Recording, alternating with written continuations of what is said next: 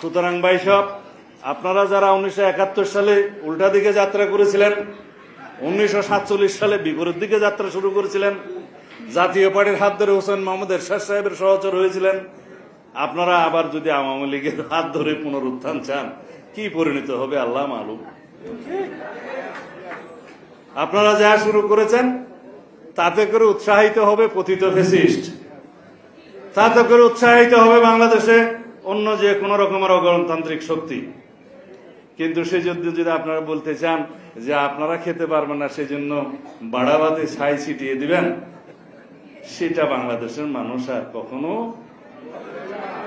গ্রহণ করবে না, সেই সুযোগ দিবে না।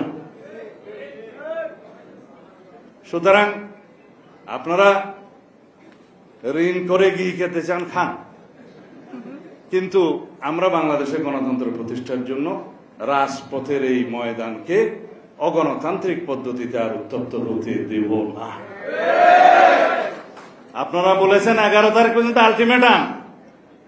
আলটিমেটাম কারা দিচ্ছেন? সরকারকে। তো সরকার তো আপনাদের পক্ষে সুপারিশ দিয়েছে, জাতীয় ঐক্যমত্য কমিশন তো আপনারা যা আছেন তাই দিয়েছে, সেজন্য আপনারা তার সাথে সুর মিলিয়ে তাই কথা বলছেন। সুতরাং সংগ্রামটা, আলটিমেটামটা কাকে দিচ্ছেন?